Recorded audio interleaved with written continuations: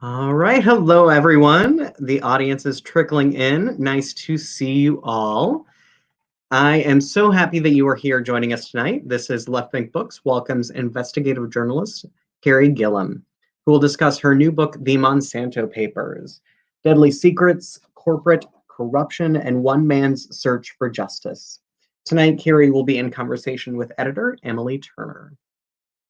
Left Bank Books is St. Louis's oldest independent bookstore. We would like to thank all of our supporters, the supporters of Carey and Island Press, and everyone for their outpouring of love for our bookstore.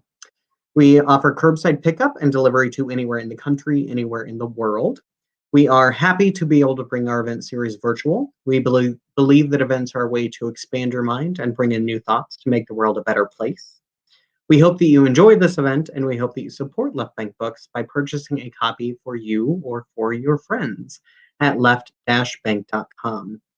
Purchasing a copy of the book from Left Bank Books allows us to keep our bookstore and staff operating, and it allows us to keep this event series going. So thank you for your support. We need your support. I am Shane Mullen. I'm the events coordinator for Left Bank Books. I help produce our hundreds of author events each year with a fantastic team here in St. Louis. We will be taking questions from you, the audience, at the end of the event. So please type your questions as a comment, and you can do that at any point in time throughout the conversation. And be sure to follow Left Bank Books on Facebook to be notified about all of our fantastic virtual events. We have so many incredible events lined up for the year and are adding events daily. March is packed with incredible events. About tonight's book, The Monsanto Papers. Lee Johnson was a man with simple dreams. All he wanted was a steady job and a nice home for his wife and children, something better than the hard life he knew growing up. He never imagined that he would become the face of a David and Goliath showdown against one of the world's most powerful corporate giants. But a workplace accident left Lee doused in a toxic chemical and facing a deadly cancer that turned his life upside down. In 2018, the world watched as Lee was thrust to the forefront of one of the most dramatic legal battles in recent history. The Monsanto Papers is the inside story of Lee Johnson's landmark lawsuit against Monsanto. For Lee, the case was a race against the clock, with doctors predicting he wouldn't survive long enough to take the witness stand. For the eclectic band of young, ambitious lawyers representing him, it was a matter of professional pride and personal risk, with millions of dollars and hard-earned reputations on the line. For the public at large, the lawsuit presented a question of corporate accountability. With enough money and influence, could a company endanger its customers, hide evidence, manipulate regulators, and get away with it all for decades? Readers will be astounded by the depth of corruption uncovered, captivated by the shocking twists, and moved by Lee's quiet determination to see justice served. With gripping narrative force that reads like fiction, The Monsanto Papers takes readers behind the scenes of a grueling legal battle, pulling back the curtain on the frailties of the American court system and the lengths to which lawyers go to fight corporate wrongdoings. Booklist says, Gillam narrates an of-the-moment reckoning with a major corruption whose products have been major corporation whose products have been marketed as safe since the 1970s. As an examination of both corporate malfeasance and legal maneuvering in tort cases, Gillam's book personifies the need for consumer protections and safety. And Philip J. Landrigan, the director of the program for Global Public Health for the Common Good at Boston College, says, The Monsanto Papers blends science and human tragedy with courtroom drama in the style of John Grisham.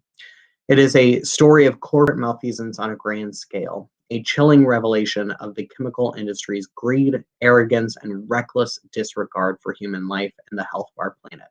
It is a must-read. About tonight's author. Investigative journalist Carey Gillam has spent more than 25 years reporting on corporate America, including 17 years working for Reuters International News Agency. Her 2017 book about pesticide dangers, Whitewash, the story of a weed killer, cancer, and the corruption of science, won the 2018 Rachel Carson Book Award from the Society of Environmental Journalists and has become a part of the curriculum in several university environmental health programs. We proudly hosted Carey for that book here in St. Louis. Gillam is currently research director for the nonprofit consumer group U.S. Right to Know. And now, without further ado, I would like to welcome our guests for the evening, Carey Gillam and Emily Turner for Left Bank Books. If everyone at home would please help me in giving them a round of applause, welcoming them to the screen. Hello. Hi. Virtual applause, right?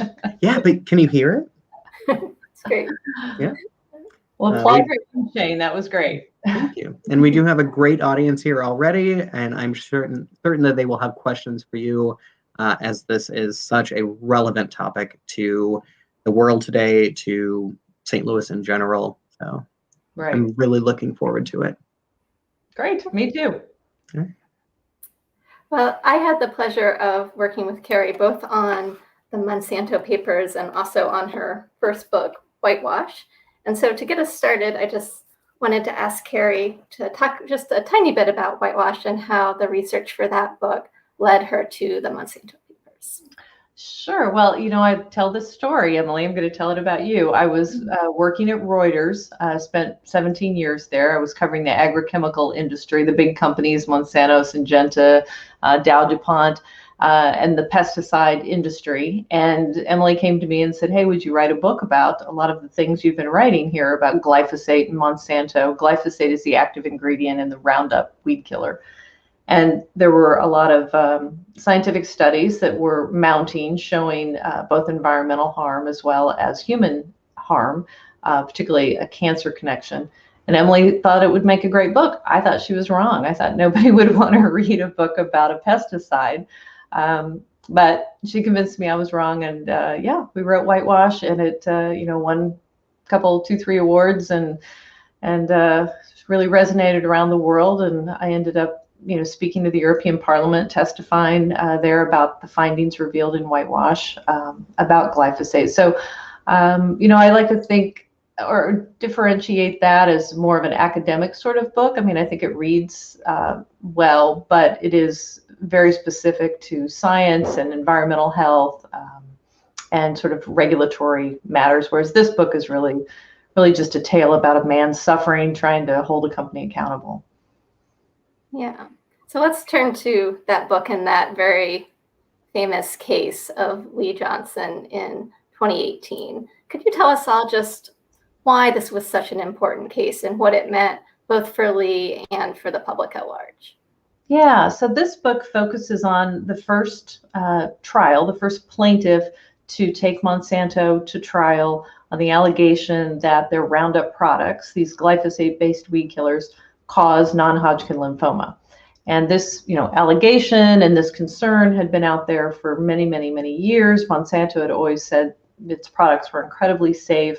It had regulators backing it around the world, including the EPA here in the US. But the International Agency for Research on Cancer in 2015 said, no, actually the science indicates that this, is a probable human carcinogen, this chemical in this product. So Lee is one of, over 100,000 people in the U.S. who have non-Hodgkin lymphoma or have already died from it, and sued Monsanto, blaming the company and its weed killers for causing non-Hodgkin lymphoma.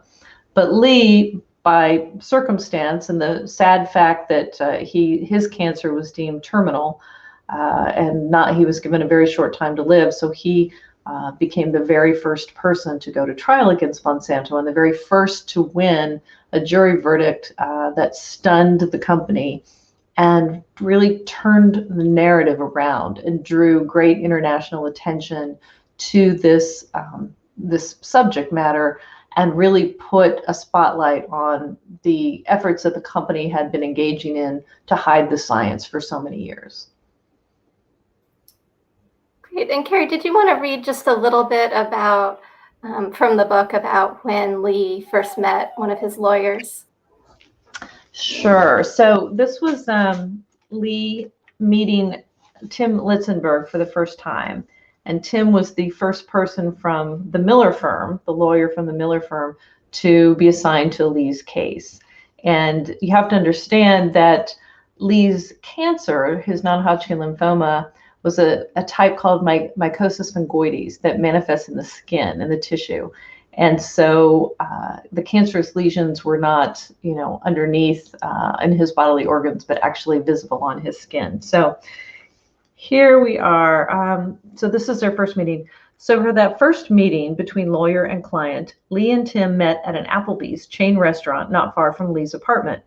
The two had already spent long hours on the telephone discussing Lee's declining health, and Tim knew from the photos in his medical file that Lee's skin was grotesquely deformed by the cancerous lesions that covered him from head to toe. But he still was taken aback when he saw Lee in person for the first time. Though Lee was wearing long sleeves and pants, it was impossible to hide the patches distorting his face, neck, and hands. He looked like a man who'd been burned in a fire, wounded in a war he had never signed up to fight. Lee was worried at first. What could this young white Southerner actually do for him? But the fact that Tim was willing to take time away from his own family and travel all the way from Virginia to California meant something to Lee. Clearly, there was no way Tim could save his life, but maybe there was a way, Lee thought, that Tim could make his suffering mean something. Maybe there was a way to hold someone responsible. Thanks. And on that note, it's been a few years since that meeting took place and since the case. Maybe you could tell us a little bit about why the case continues to matter and if there have been developments since the case actually concluded. Right. So Lee's trial was held in the summer of 2018. It started in June and the jury verdict came back on August the 10th. And since that time, Monsanto was sold to Bayer, the big German conglomerate. Bayer actually closed on the acquisition just as the trial was getting underway.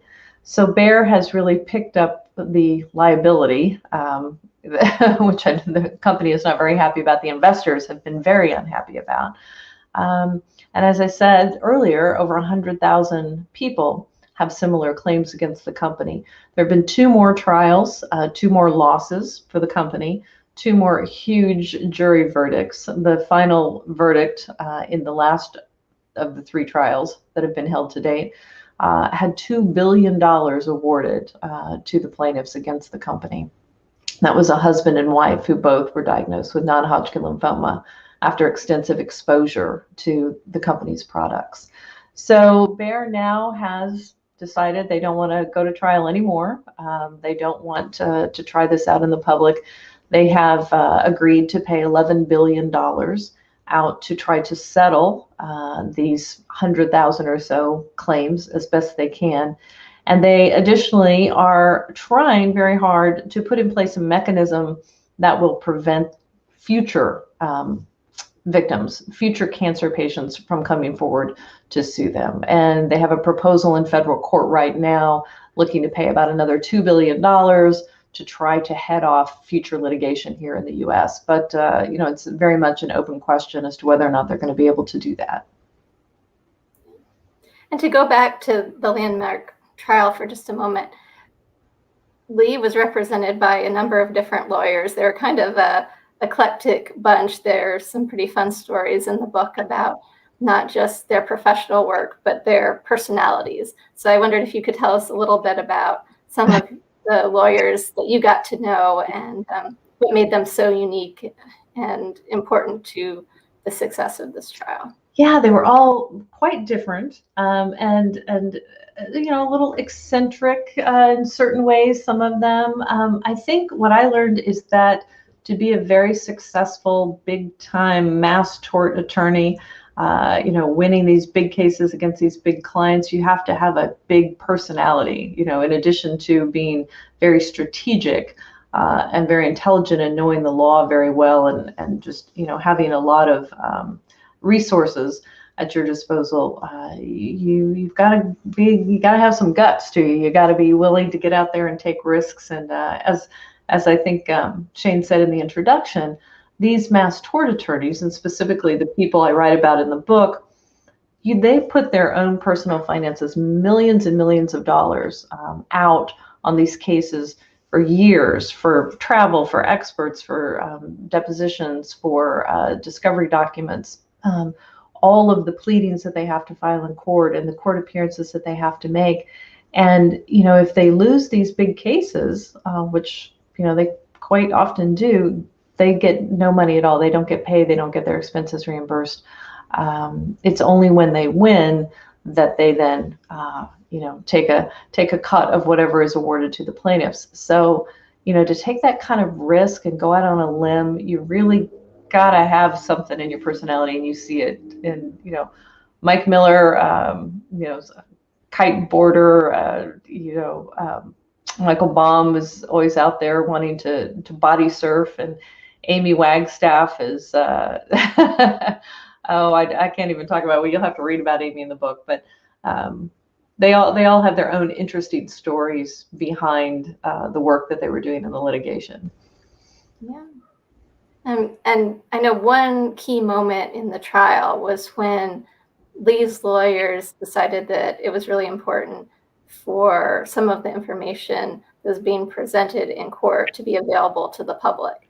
And the judge ended up not being too happy about that, but Lee's lawyers actually leaked some of the court documents to a journalist, and you happened to be that journalist. So I wondered if you could tell us a little bit about why those documents were so important, why you felt the public needed to see them, and if you had any reservations about leaking the documents, given that the judge ended up not being so happy about it. Right. So to answer the last question first, no, absolutely no reservations whatsoever. I mean, when you get internal corporate documents that reveal, deeply held secrets that pertain directly to public health, no, those documents needed to be out there and needed to be available for everyone to see. Monsanto was working very hard to try to keep their internal documents sealed. They had to turn them over to the plaintiff's attorneys because of court order, because of discovery. This was all in preparation for trial. And at this point, it wasn't even known that Lee would be the first plaintiff yet. So this was being done on a general basis. But one of the lawyers, in particular, Brent Wisner, felt very strongly about the fact that what the lawyers were seeing in the internal documents that they were receiving was so egregious and was so pertinent to public health, and people were being exposed every day around the world, and needed to have information about the deception that Monsanto had engaged in to manipulate the scientific record, to influence regulators, to try to harass and silence independent scientists who tried to warn about their products. So he, as we go through the book, as you read in the book, he crafted a plan, and it was very strategic, and he had to essentially lay a trap for Monsanto's lawyers, and he had to just hope and pray that they would walk right into the trap, and they did. And so he was able then legally to release the documents at 12:01 a.m. He wanted to do it very quickly. And he wanted to get them out in a way that they could not be taken back. And so Brent and I had been discussing it, and I was awake at 12:01 a.m. and got the documents and downloaded them and got them up on a public website where the world could see them. And Brent sent them out as far and wide as he possibly could. And the next morning, Monsanto was pretty hot and went to the judge and wanted the documents, wanted to see if they could close the barn door, I guess, after the horse had gotten out, and it wasn't going to happen. Yeah, speaking of Monsanto's tactics, after all your reporting, and particularly after the publication of Whitewash, maybe it's fair to say that some of the folks at Monsanto are not your biggest fans. I wondered if you might just talk about some of the tactics that have been used against you as a journalist so that you would not report these key stories. Right. And it began before Whitewash. It began many years ago when I was still at Reuters. It began in mid-2000s when I was covering Monsanto pretty aggressively, and the science was really starting to gel, showing a lot of problems. At that point, it was mostly environmental problems, although there was still a great deal of science that was raising red flags about human health.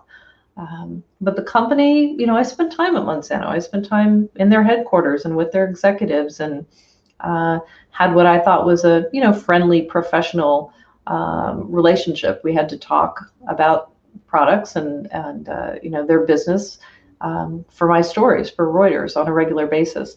But as I started writing more about what was being revealed in scientific research, they became very upset and very angry and directly told me that I shouldn't be writing from a perspective that came from anyone but them, essentially. That the only valid information came from them. There was no valid science from outside parties that should be written about. And they started working to silence me, to get me removed from my beat at Reuters. When I left Reuters and wrote the book, they put together a spreadsheet and an attack plan. They funded front groups to write negative articles about me. They engineered some SEO, Google posting things, to try to, when people Google my name, it would lead you to something horrible written about me. And we know those things happen because we got those internal documents. They were part of discovery documents that they had to turn over in the litigation, talking about me. So yeah, and I guess the overwhelming thought that I had was, my gosh, if they do this to me, just me, this one gal hanging out in Kansas writing a couple books, what are they doing, to scientists? What are they doing to these really important people around the world who've been trying to alert people to the harms of their products? Well, after having covered this trial so closely, I was wondering if you could tell us a little bit about whether you see the court system differently. Clearly, in this case, Monsanto was, at least to some degree, held accountable for their actions. But are legal cases really the best way to prevent this kind of corruption?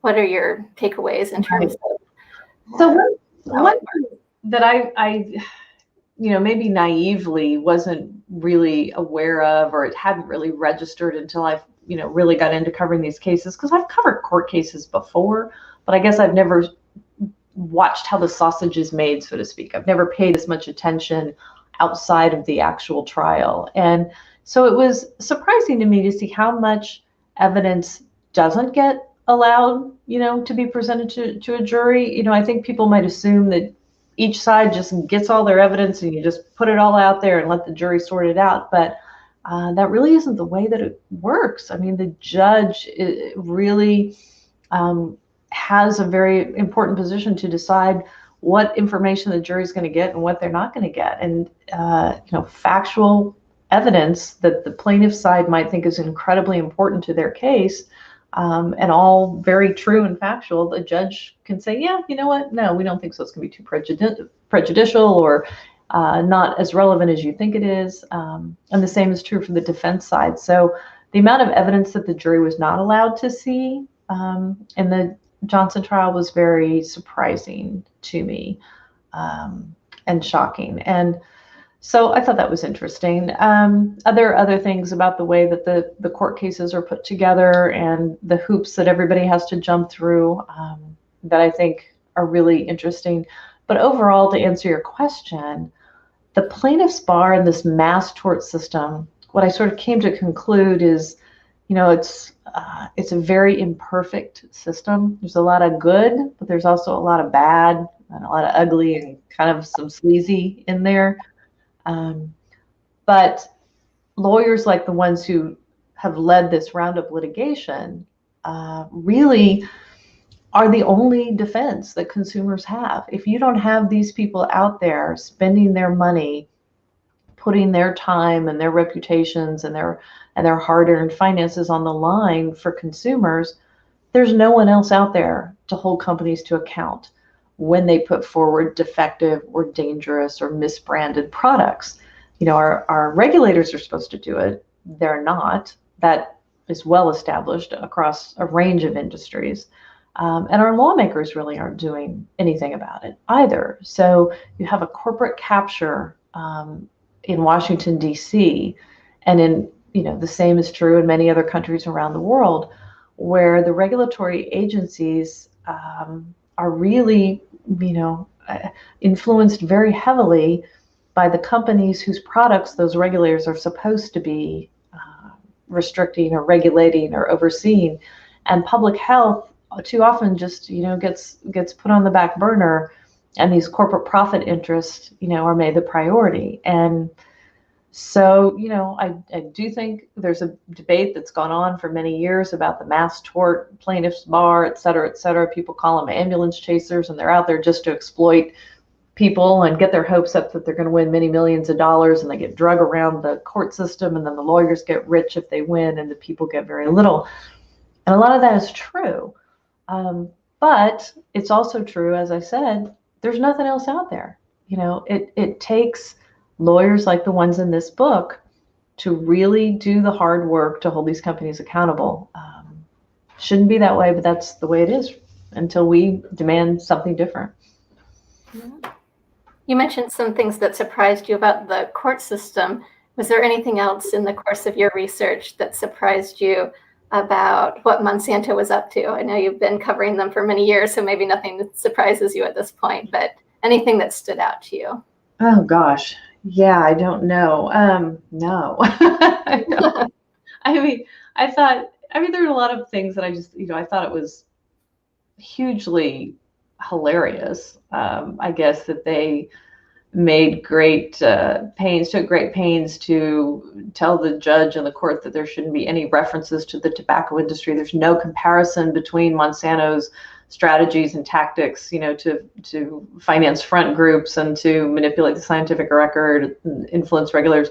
No similarities. We shouldn't be compared to the tobacco industry, or colored with that, phrase or image at all. And who was the lead defense attorney for Monsanto at the very first trial? It was a man who spent most of his career defending the tobacco industry. So I thought that was interesting. No, their lawyers, did a great job.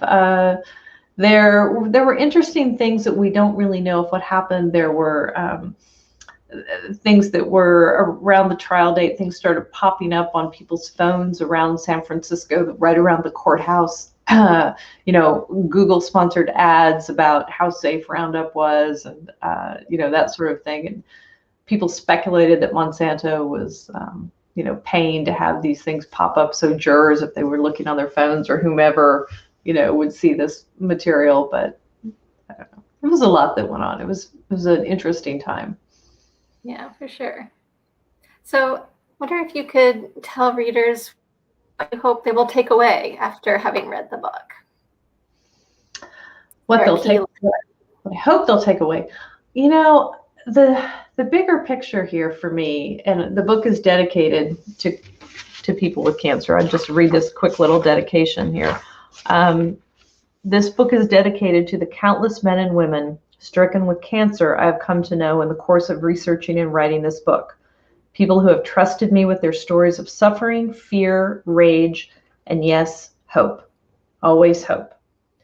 And, that's, I guess, what I want people to think about. This is a story about one man, Lee Johnson, who saw his dreams and his plans, to watch his two boys grow up. He saw that, changed. He was given a death sentence, irreparably tearing his life apart through cancer. And the facts are that, 600,000 people in the U.S. every year, are diagnosed with cancer. And that's just in the U.S. 40%, 39.8% of Americans are expected to be diagnosed with cancer in their lifetimes.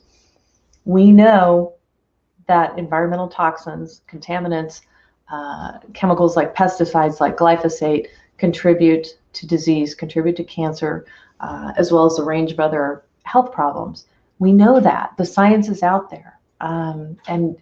And yet, what are we doing about it? So this is one company and one chemical and one man with cancer, but I'm hoping people see it as a larger sort of cautionary tale, if you would, about, what is happening out there to us all. We're getting sick. Our children are going to be sick. We need to do something. about it. We need to hold the companies to account. We need to make their products safer, and be truthful about disclosing the risks of using the products. And we need to care. We need to just not accept and live with cancer. We need to care about trying to reduce things that cause cancer. Well, it was a lovely dedication to the book. And since this all began with one of those people stricken with cancer, Lee Johnson, I wondered if you could just tell us a little about what has happened to Lee since the end of the case, how he's doing. I know you saw him not too long ago. People would like to hear how he's doing. Yeah, so remarkably, Lee is still alive. He was not supposed to be. His doctors had given him, 18 months to live. They were not sure this was, way back, early on. He wasn't even expected to live perhaps through his trial in 2018. Monsanto's attorneys, or their doctors, the attorneys represented, expected Lee to live until November of 2019. They put a very firm date on that. And here we are in March of 2021, and he's still out there. I think, Emily, I had told you, or maybe not, as we talked about the book, I thought that my last chapter would be his funeral at the beginning when I was writing it and spending so much time with Lee, because he just is he's been so sick and suffering so much, in so much pain. But, he also decided at one point, sort of midway through this, and told me, he just decided he wasn't going to die. He doesn't want to leave his boys. He doesn't want to leave his family. And he just decided that if there was a way that strength and mind over matter and soul and, everything else that he could throw at it. And so who knows, but yeah, he's still out there. He's living and spending time with his boys, and still dealing with pain on a daily basis. But he's doing as well as can be expected. Yeah, that's great to hear.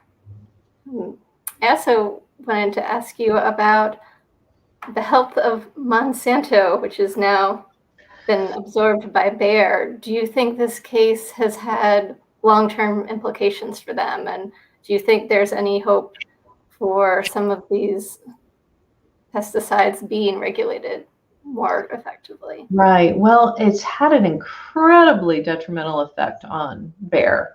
When the first verdict came out in August 2018, the share price plummeted immediately. And they have struggled with their market capitalization and their share price ever since, largely because of the liability associated with this Roundup litigation. In fact, they've been sued by investors for doing the deal. It's been called the worst corporate acquisition in all of corporate history. The investors called for the head of Bayer to be removed. He was not, but he is leaving the company now. He said that he will go ahead and leave the company. So, it's been quite devastating for Bayer to have acquired Monsanto when it did. In terms of regulation, we don't really know. The EPA, up until the Biden administration taking over, under the Trump administration, the EPA was solidly backing Bayer and Monsanto. We have a memo I write about in which, it's from the White House, and a consulting company was talking with them about glyphosate and Monsanto, and they said, we have Monsanto's back on glyphosate. Don't worry about any regulation. We got your back. It's actually in writing. So, but the Biden administration has come in. Joe Biden issued an executive order in January saying that he wanted to review. He wanted his EPA and his regulatory agencies to review these decisions that have been made under the Trump administration. He said to put in abeyance defending those decisions, defending glyphosate and other chemicals. So we'll see. I guess I'm a little cynical, a little skeptical that we might see big change in Washington, but maybe we will. Hope so.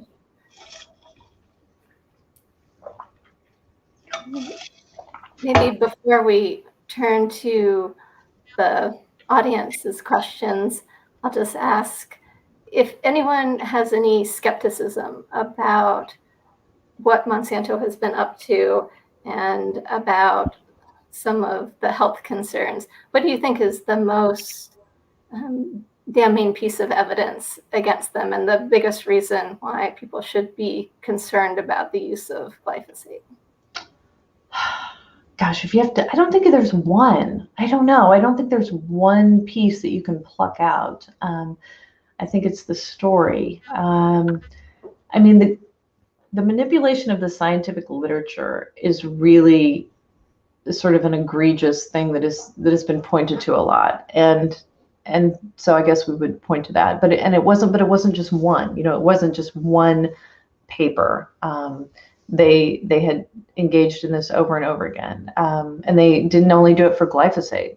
There are emails where they talk about ghostwriting a paper for the safety of a GMO crop, and they're hunting around trying to find an academic who'll put his name on it, but it's hard to find somebody that'll slap their name on something that they didn't write. That was a big part of their strategy, was to find outside people, outside scientists whose name they could put on papers that Monsanto scientists wrote that talked about how great their products were, but you would put a third-party scientist on it to edit and sign their names, so to speak, which is what one Monsanto scientist wrote in an email to his colleagues. So they ghostwrote papers. And I guess what resonated with the jury and with me and maybe with others is, if your product really is safe, you shouldn't have to ghostwrite the science. You shouldn't have to get in and tinker and manipulate. You shouldn't have to pay the editor of one of the journals that publishes scientific papers $400 an hour as a consulting fee. You shouldn't have to, secretly. There's one paper that they talk about ghostwriting. Those were their words.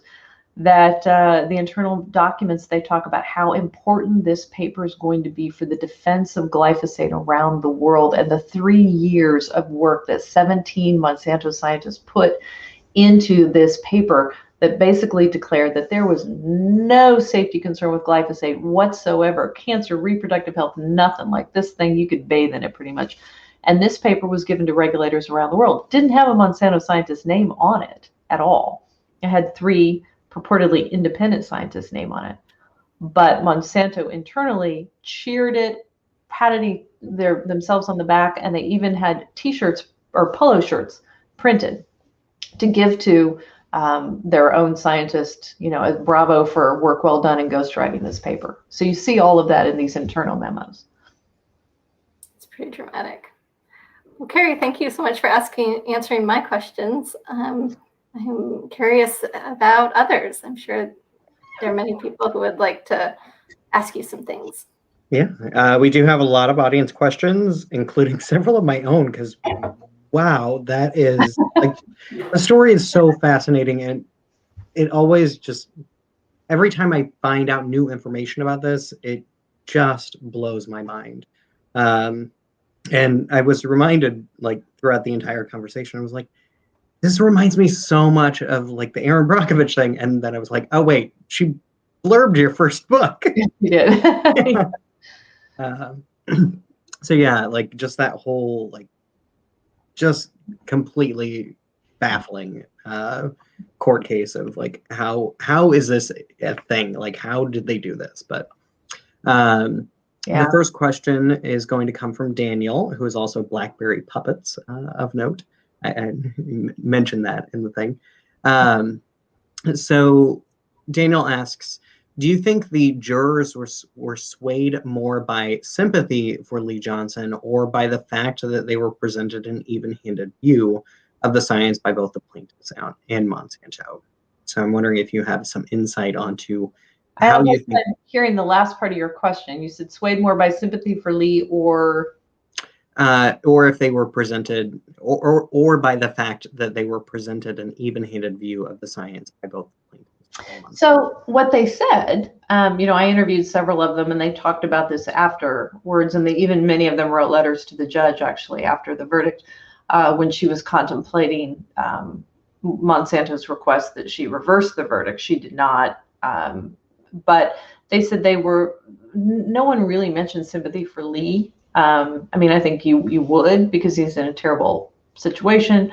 But if there's no proof that the company's product caused it, you would still have sympathy for him, but you wouldn't find in favor of him. But what they all said was that the science is showing association, epidemiology, toxicology, the animal studies, the human studies, the laboratory studies, coupled with the lies and the deceit that Monsanto had engaged in, that when you put it together, it was a unanimous decision, and none of them really even expressed much of a doubt about it.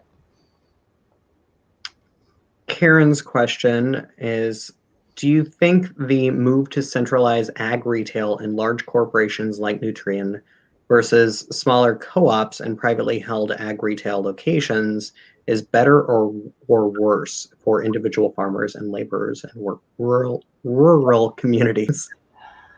Gosh, I don't know. I mean, I've spent a lot of time with farmers, especially during my time with Reuters, and I mean, that was to be out in the fields a lot. And I guess what you heard mostly was, consolidation. They did not think consolidation was a good thing, right? I mean, the more of your inputs and your seeds and everything that you put into the hands of a few very powerful corporations, they worried about pricing, they worried about variety, they worried about access to things that, particular germplasm or strains or varieties that they might want. And so I guess I'd say no, but I mean, I'm not an expert in that. But maybe that could be your next book. The ones that I would talk to would say that they would not want to see, and they have not been happy about the consolidation that we've seen in the industry. Yeah. Anna Mary asks, do you see that these legal losses have in any way changed the corporate culture of Monsanto and Bayer to make them acknowledge their role in causing cancer and damaging the environment? So Monsanto, in essence, is no more, right? I mean, Bayer got rid of the name. They don't want anything to do with the name, although in the litigation, they still make sure that they use the name. But they have told me and others, directly. I mean, I had a sit down face-to-face with one of their executives not too long ago, that they are different, and they want to be different, and they want to be more transparent, and they don't want to engage in the tactics that Monsanto did. Is that sincere? Is it not? It's hard to know. They've been hard hit by all of this. They really don't want to put a warning label. The easiest thing for them to do is put a warning label on their products that says, they don't even have to agree with it. They can just say, the International Agency for Research on Cancer says that, glyphosate, which is the active ingredient in this product, is a probable human carcinogen. Boom, end of story. It's a true fact. That's what it says. And then it would be very difficult, if not impossible, for consumers to sue them, for users to sue them, because they've been warned. I mean, that was a key part of this litigation, is a failure to warn. The company actively refused to put warning labels on its products of the associations to cancer. Even way back when, in the 1980s, the EPA scientists were saying, hey, this looks like it causes cancer, and Monsanto was fighting back against them.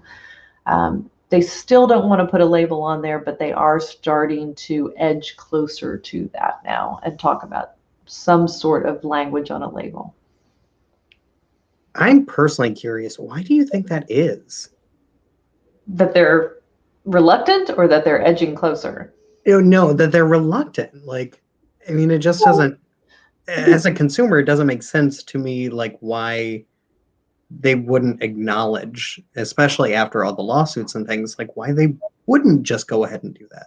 I mean, this is a multi-billion-dollar a year, product line that has been bringing in multi-millions of dollars for over 40 years. So, and the chief reason that it has been such a top seller has always been because of its safety profile, because it's highly effective, and because according to the company, it's very, very safe. And, advertisements for it showed people out in flip-flops and shorts and T-shirts, spraying away.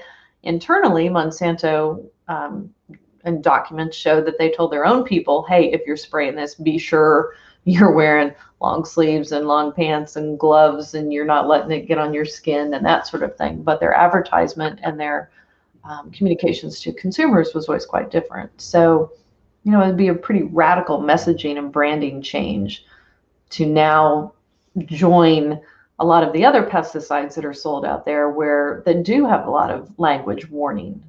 People, be very careful, be sure you wear protective gear, et cetera, et cetera. So we'll see. Yeah. Let's go to a question from Digger. And also, audience, if you're watching and have as many questions as I do, please do type those up in the comments. Digger is asking, so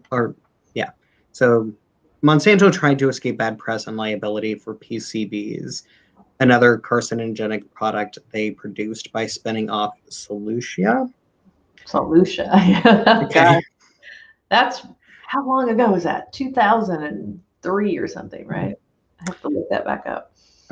So the question is, could Bayer make the same attempt by spinning off Monsanto or use another gambit? There's been a lot of talk of that now. I mean, one thing that Bayer has actively threatened is that it would file for bankruptcy, that it would do something like that to head off the ability of plaintiffs to seek large awards or remuneration. So they have threatened to file for bankruptcy. They have threatened to take other moves. Whether that would be a spinoff, I don't know. It's sort of hard to do that. I mean, Monsanto wasn't super successful in doing that with Solutia. But I don't know. We'll see. Yeah. I think they're pinning their hopes right now, because they were able to get this settlement with the majority of the big law firms that have the majority of the plaintiffs. Now the missing piece is if they can figure out how to head off future lawsuits in the U.S. They do also have mass tort class action lawsuit, same allegations, farmers, Roundup, non-Hodgkin lymphoma in Australia. There's a trial date set for that first plaintiff in that class action, but they're also working to try to mediate that and see if they can settle out of court in that case as well. So. Karen has another question. What, if any, changes has Monsanto Bayer issued to its customers about how to handle Roundup glyphosate after these cases? I haven't really heard of any. I think, what you see more than anything is just a continued strong defense, and that they respectfully disagree. They have great sympathy for the people with cancer, but they respectfully disagree with the juries in these 3 trials, and they disagree with all the scientists who say that there's evidence of cancer. Their bottom line still is, no, everybody is wrong and this doesn't cause cancer. And look at the EPA and look at these other regulatory agencies, and they all say they're on our side. And so, it doesn't cause cancer and you guys are wrong, is their position. That leads to a question that I thought of. So during the previous administration, there were a number of cabinet members that clearly had kind of corporate interests in mind and a lot of anti-environment issues that they were kind of pushing to make happen. So my question is, how much do you think that impacted the court case, and do you think that that high level of cabinet position and the obvious corporate interests that they had will continue to affect things down the road? I think it's too early to tell, right? We have a whole new administration. We have a whole new group of people running the show, so to speak. You do have some of the characters recycled, right, from the Obama administration and from others. I don't know. I mean, the agrochemical industry is dug down deep into the culture of Washington, D.C., and the way laws are made and the way regulations, are handled. And there was just a survey that came out about scientists. It was polling scientists from within different agencies and scientists within the EPA, and it was asking questions like, do you feel like you can speak up, if you see violations of the law or you see wrongdoing, can you tell the truth about the science and things like that? And unfortunately, the survey showed that a vast majority of the scientists said, no, we don't feel confident that we can be truthful about what we're seeing going on in the agency. So, we still have a lot of work. There's a lot of work to do, I think, to undo that culture.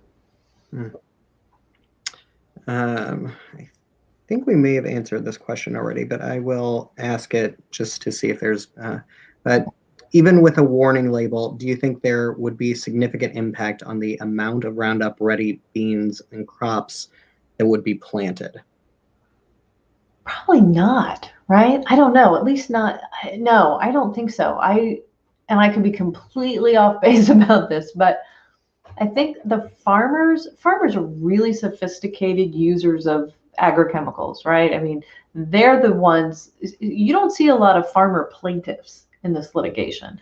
Farmers understand we're using these chemicals. These chemicals can kill us. They're toxic. They're designed to kill weeds and bugs and that sort of thing. And they usually are pretty careful. And they have a lot of, there's applicator training out there for people using certain pesticides. And so, and they're in the cab of a truck, an air-conditioned sort of, tractor or something. So their exposures are different, and their mindset is very focused on, what's the most economical way and what is my practice and what are my inputs and that sort of thing. So I think they know, their line of work comes with certain risks, just as every line of work does. And exposure to potentially toxic, dangerous chemicals is one of them, and they mitigate it the best they can. So I don't think that a warning label would change it for farmers, but I could be completely wrong.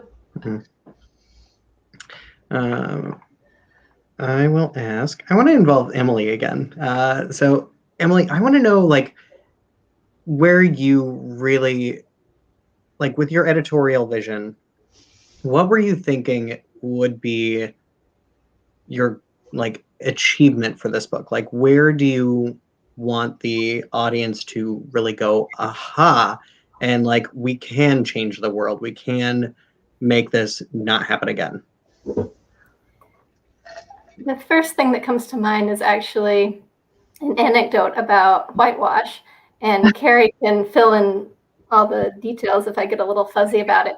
But I know some university campuses actually decided to stop using Roundup as a result of the book, and students learned about it.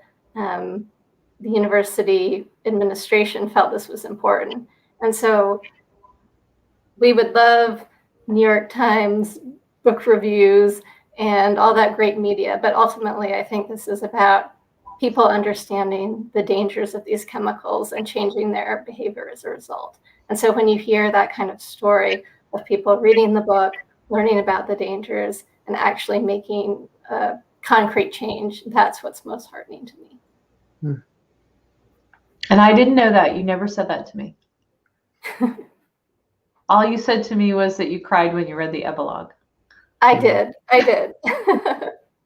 It's a very moving book, and I think that's what's so wonderful about the Monsanto Papers is there's a lot of terrible corporate corruption, and you will be outraged when you read this book, but you will also be really touched because there are people, Lee first and foremost, who was so affected by this, but also the lawyers who really put their reputations on the line to fight for something that they thought was important. So it is an emotional book in addition to being an important issue. Yeah, and you meet other plaintiffs and, Lee's children and his wife and his friend Daryl. And yeah, I think that's why I'm so happy about this book, is I feel like it's a really just a human interest story that is powerful, but also is a real testament to the strength of, I guess, human resilience, right? When you're driven and you want to overcome. And I think Lee embodies that. All right, one more question from Digger before we go. Digger asks, isn't Roundup becoming increasingly ineffective in agricultural applications as weeds develop resistance to Roundup and glyphosate? Well, yes, and that's like a question that the answer could take like forever. You only have 1 minute. No. I mean, yeah, that's the thing. Like, so I don't think that Roundup or glyphosate is going to go away because people are going to say, I mean, it is, I guess there are several countries trying to ban it, but it's become so much less effective. So farmers have been increasingly looking for other tools to use other than glyphosate, because what happened was, because of the use of the implementation of genetically engineered crops that Monsanto rolled out to be sprayed with glyphosate directly, glyphosate tolerant crops, the use of glyphosate skyrocketed. And weed scientists said in the early 2000s, this is a bad idea because weeds are going to become resistant. You're going to be using so much of this chemical over and over and over and over again that you're going to mess with Mother Nature, and Mother Nature is not going to like it. And so, and that's exactly what's played out. So glyphosate is losing its effectiveness. Farmers are having to use more and more of it. They're having to couple it with more and more other types of herbicides. And so you're getting increasing, doses of these different kinds of toxic weed killers on the soil and the plants, and it's affecting birds and bees and butterflies and the health of the soil and the water and air. And I mean, yes, it's bad. We do have a comment to share, so that I will sneak this in before we go. But Margot says DuPont or Dow did something similar, and a movie was made from the book about the damage to the community. Hopefully a movie will be made about yours as well. There are talks underway, I'll say that. Yes, and that was a great movie and a great book. I don't know if you read the book. Rob Ballot, Exposed, was it Exposure, I think is the name of the book, but Dark Waters is the name of the movie. And if you haven't seen it, you should definitely. It's terrifying. Awful story. Well, I want to thank you both. I am dropping the link again in the comments. We do have copies available for sale at left-bank.com. The specific link that I've shared in the comments will take you directly to the book. I want to thank both you, Carey and Emily. Thank you so much for this fantastic book.